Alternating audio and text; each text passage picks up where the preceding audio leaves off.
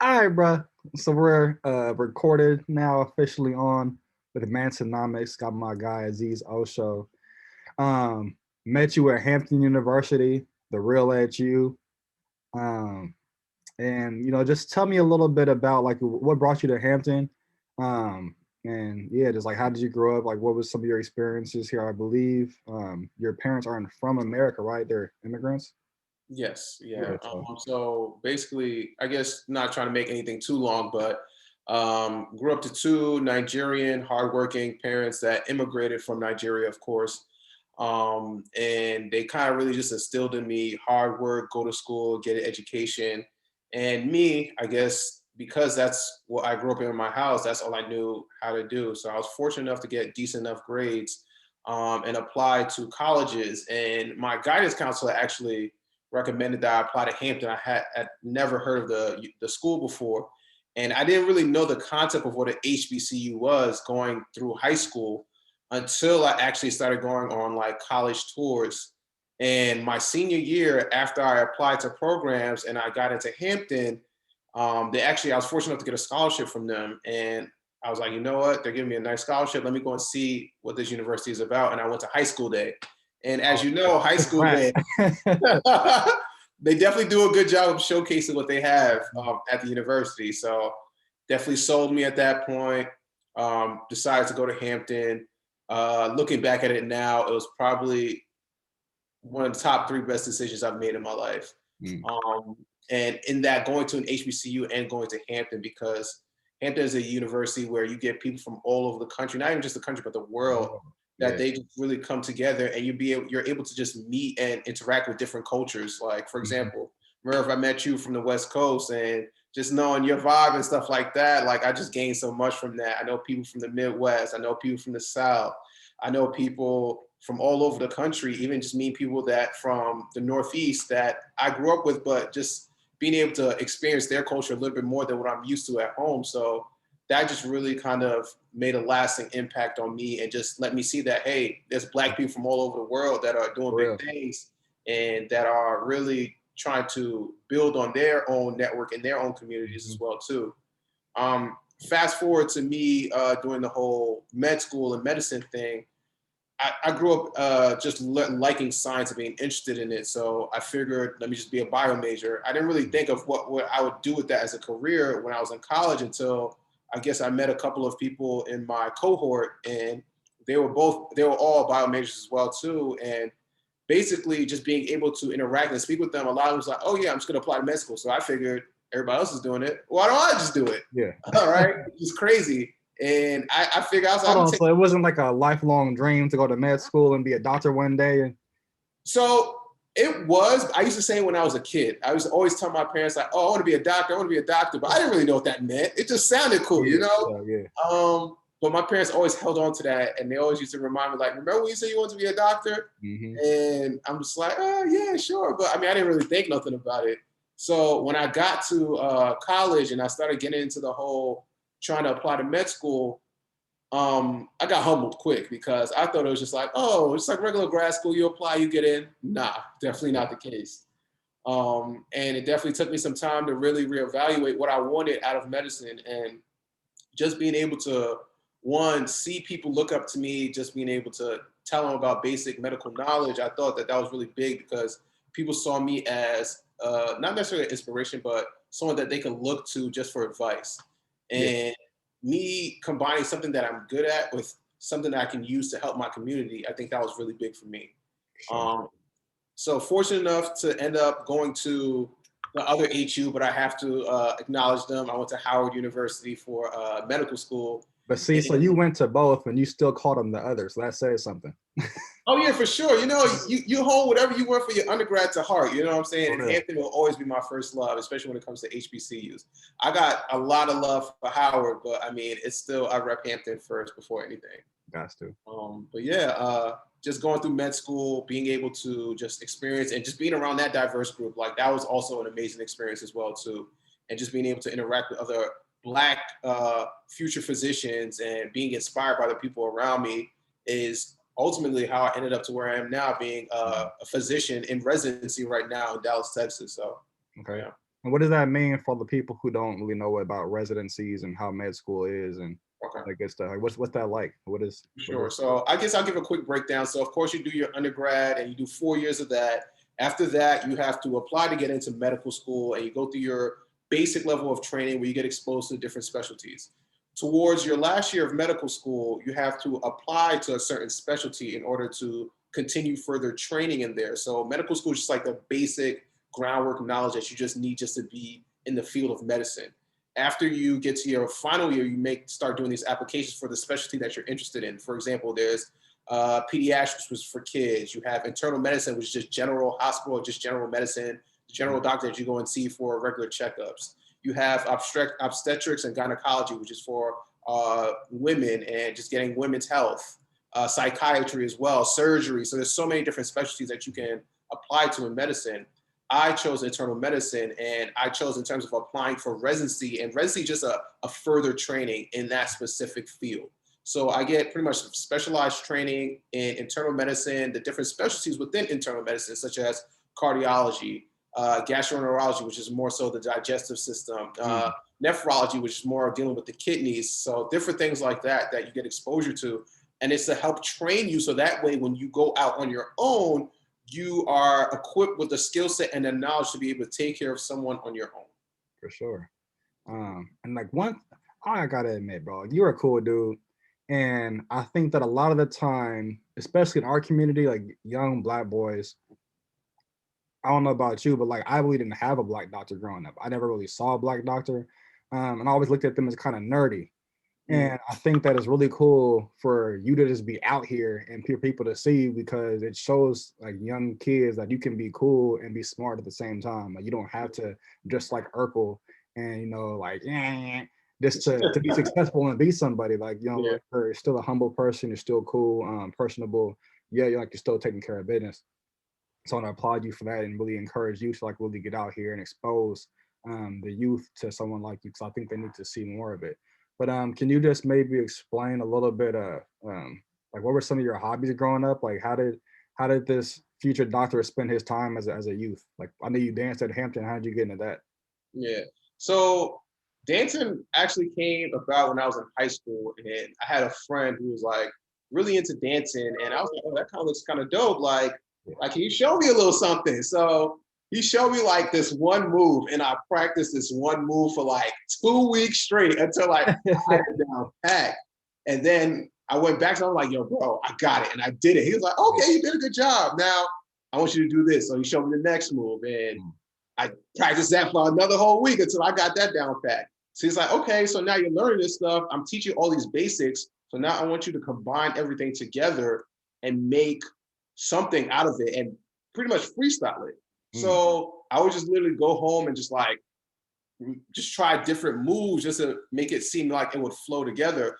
And for me, it was just more so like I would do it with friends just to have something to do as fun, because in New Jersey, we call it pop locking. And that was just really big growing up in high school. Like people would be outside having battles. There would be talent shows where after the talent shows, of after party after that, you would literally go there just to see the people pop locking and battle each other. So it would be like dope. And I always like was really intrigued into that.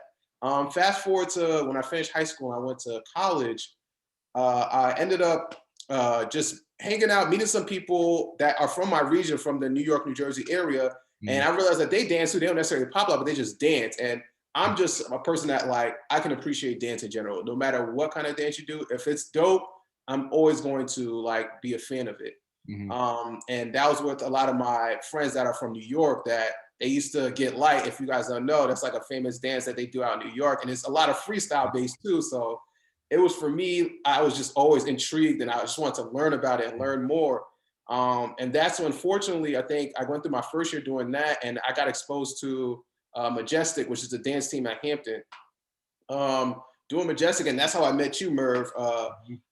I was able to like kind of really, I guess, fine tune my dancing and not just worry about freestyle, but then really understand like what choreography is and the importance of being able to do something synchronized as a group and it looked 10 times better. Being a box. Exactly. Stay up till 2 a.m. practicing. Oh my God, man. We got stories for days on that. Okay, so answer me this then. So like accessing the creative side of your brain and the more technical side of your brain now that you're a doctor, like left and right hemispheres. Do you see any way that, like, being more creative in your youth and like being in the arts and like dance helps you now, that having that creative background at all? I think so, and I think I look at it like this. So there's a certain type of dancing called tutting, right? And tutting, it requires you to be very intricate and Oh, think about your angles and just think about how you're placing your body so things look very clean. And I think being able to tap into that is what made me very kind of detail oriented when it came to me doing this whole medicine route, and being able to tap into that side of my brain to be able to understand about like medicine, because medicine is very artsy as well too. There's an art to medicine in terms of how people practice. There's what they call a standard of practice for how you treat certain conditions, but there are also certain conditions where it's unknown territory. So you mm, kind of have to really use what knowledge base you have to be able to make decisions about someone's health and what you can do to treat them. And that's when it comes into the art of medicine. Just gotcha. based on what you've seen, how can you be able to extrapolate from your experiences to be able to treat this foreign and unknown experience? Mm, And I think that's something that's really cool about medicine, that we're learning things about the medical field every day. For example, this whole COVID-19 pandemic. And this is like something that's like unparalleled. We've never experienced anything like this in our generation. But you have to understand that this whole idea of wearing masks and social distancing and all these other things, like there's an art to it. That is something that we use based on what our practice and what our basic knowledge is about other diseases, and we apply it to be able to see what works, what doesn't work. So. gotcha. And like speaking of COVID, I'm glad you brought that up. So hot topic of discussion right now. What do you say to someone who really doesn't understand medicine but looks at science? They say something like, we can get a man to the moon 60 years ago, but we can't fix a virus. Like, what do you, or we can, I don't know, make satellites, but we're struggling for this virus. Or what do you say to someone like that? Well, I think one, you cannot shun anyone away immediately at first take, because it might just go from a sense of misunderstanding or just not being able to comprehend what's going on. This pandemic is very uh, unprecedented. We've never seen anything like this, like I said, in our generation. And I think that's kind of like, for example, comparing apples to oranges in a sense. So you're going by, of course, building a machine that's able to transport people versus trying to control something that uses the basis of life to infect you, and just breathing, Yeah, like by just breathing around somebody, you can basically kill kill them. Exactly. So I think if we are able to look at it from a very objective point of view and look at the facts, them. Gotcha. then I think we'll be able to better understand it. However, there are barriers to that, and I understand that, especially if, for example, in the Black community, they talk about the Tuskegee experiments and things like that, how that has really willingly how that has affected the Black community. And I understand people that bring that topic up, but you also have to realize that with the Tuskegee experiments, they were knowingly infecting people with a virus and then having the treatment for it, but not treating them. Mhm. And this case is much different in that people are getting this virus spontaneously, whether you're being in contact with somebody that has it, or you're just overall having some type of contact. And they have options available to be able to help prevent this, such as social distancing, uh, wearing a mask. If you're able to get the vaccine at this point, get the vaccine. And they're not withholding the treatment. They actually have it available. So that's where I think a little bit of a difference between the Tuskegee experiments and this.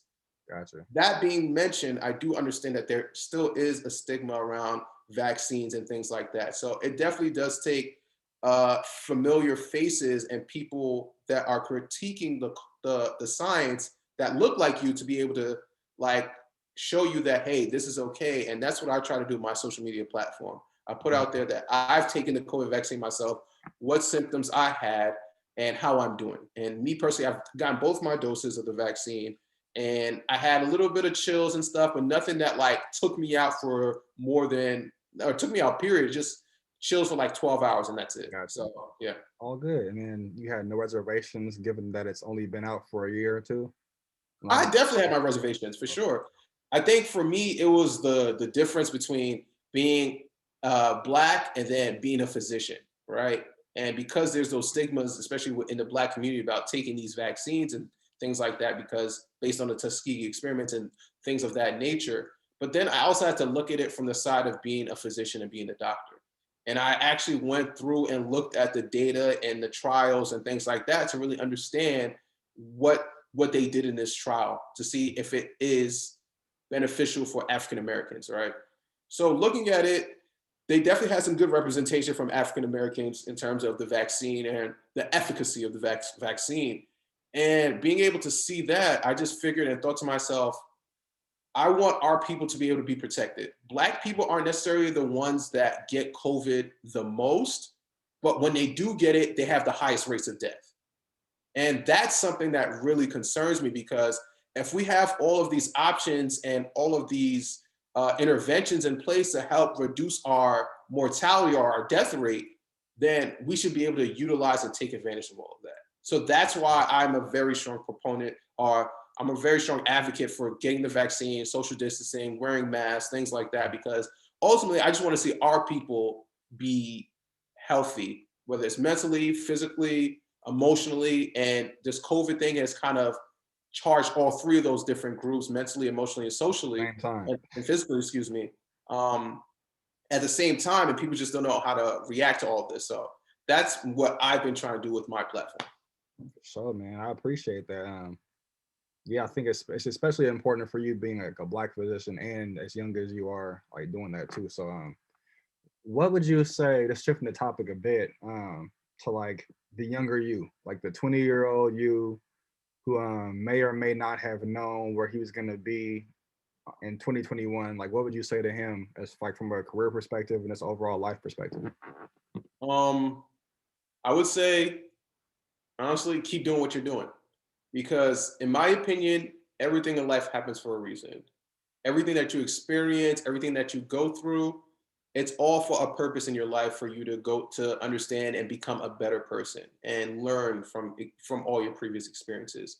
So that would be the first thing I say. Just keep going, go through it, make your mistakes, learn from your mistakes, and just keep trying to be better. That's one. And I think just harping on that, no regrets, like things happen at the end of the day for a reason. And you have to be comfortable with saying, I messed up here, or I wish I would have did this. But you know what? I've, like I said before, I've gained and I've learned from that experience. And now let's move on because I've learned from that and be able to be better from that. So, man, well, thank you. And maybe like one more thing, do you have any advice for people who want to become physicians in their own right? Maybe they want to go to med school, they know that. What are some steps they could take now, maybe even in high school, going into college, undergrad, grad school? What would your advice to them be in particular? Um, Biggest one I think would be to find a mentor. Find someone that is in the field that you're interested in. This is not even just for medicine, but I'll speak towards my field. Like, find a physician that you know, or if you don't know a physician, try to reach out to one or ask people if they know of, for example, a black physician if you are black, or a Hispanic physician if you are Hispanic. And someone that looks like you that could be able to tell you their experiences and kind of guide you and provide advice for you in terms of navigating that. Because what I end up seeing is that, especially in the beginning of college, a lot of people say, I want to go to med school, I want to do this. And you'll see as the years go by in undergrad that the number of people that end up changing because they just didn't know what to expect prior to going through that field, people start dropping off dramatically. I think when I started started undergrad, I think it was maybe about like 40, 50 people say they want to be pre-med, or they wanted to be like, go to med school. By the time I graduated, I think there was maybe only about 10 max. And that's me being generous. And that's just because people didn't necessarily know what they were getting themselves into before doing all of this. You have one of those moments when they said, look to the left, look to the right, like that person won't be here in 2 years or whatever? Or? Well, no one's never told me that while I was going through the process, but looking back at it, it's very true. Mhm. And it's mainly because we don't have these mentors, we don't have these people that we can reach out to. So I would say as best as you can, try to find and reach out to a mentor in your community, especially in your community, because they know what's around you and they know what you should be, you would be going through, and how you can maneuver through that to be able to get to your end goal, which is to be being a physician. So There we go, man. Well, all right, bro. Well, I do appreciate your time. Hopefully, when the world opens back up, we can get together for sure. again and have a drink or two or three. You know how we do. But yeah, man, just stay safe out there. I'm gonna go grab some tea myself, but I just appreciate you getting on here, man, and I'll talk to you later. For sure, man. Thank you for having me again. And yeah, definitely really appreciate being on your platform for sure. For sure. All right, bro. Later.